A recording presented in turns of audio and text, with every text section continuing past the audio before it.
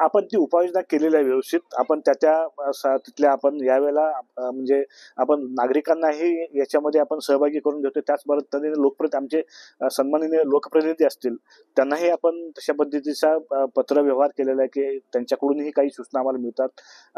किंवा त्यांच्याकडून जास्त प्रमाणात सूचना आपण ते का प्रभाग समिती फिरत असतात तर त्यांच्या सूचनांचाही आपण यावेळेला आपण हे केलेलं आदर केलेला आहे। त्यानुसार सुद्धा कारवाई होणार आहे आणि आपण पोलीस आणि ह्याच्याशी कोऑर्डिनेट करून हे वृक्ष छाटणी करणार आहोत। आता नवीन ह्याच्याप्रमाणे आपण सर्व माहिती आता आपल्या संकेतस्थळावर उपलब्ध करून देण्याच्या शासनाच्या सूचना आहेत।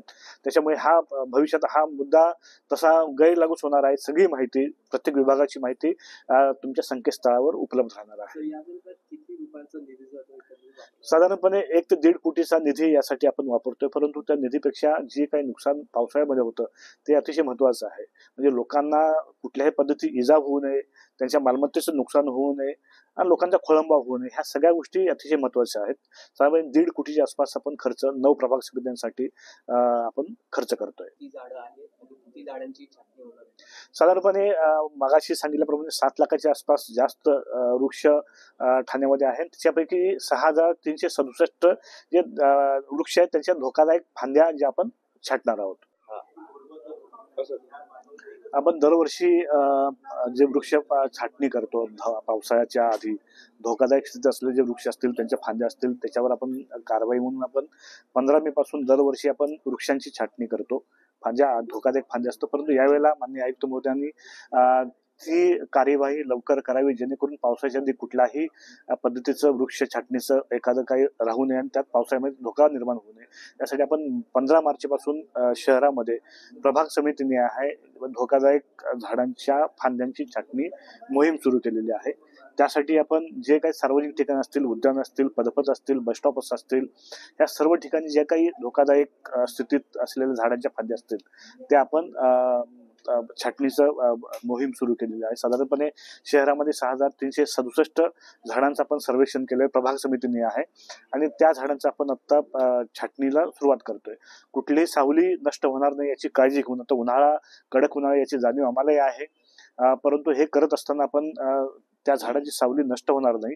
केवळ ज्या धोकादायक स्थितीत असलेल्या ज्या फांद्या आहेत त्या फांद्यामुळे कुठल्याही परिस्थितीमध्ये सावलीला बाधा येणार नाही अशाच पद्धतीचं ट्रिमिंगचं नियोजन आपण केलेलं आहे।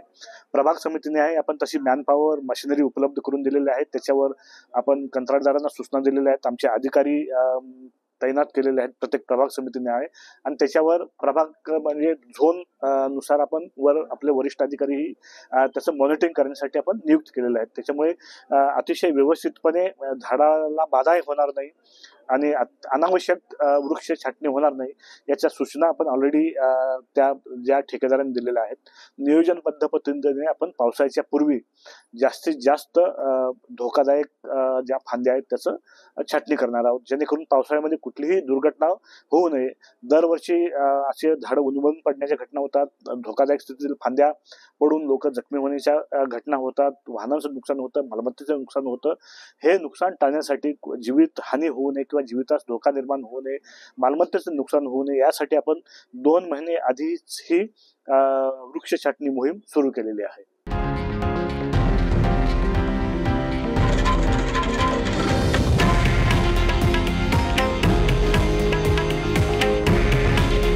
हे आहे देशातील नंबर 1 न्यूज नेटवर्क आणि आपण पाहत आहात TV9 मराठी। काळजी तुमची, हित महाराष्ट्राचं।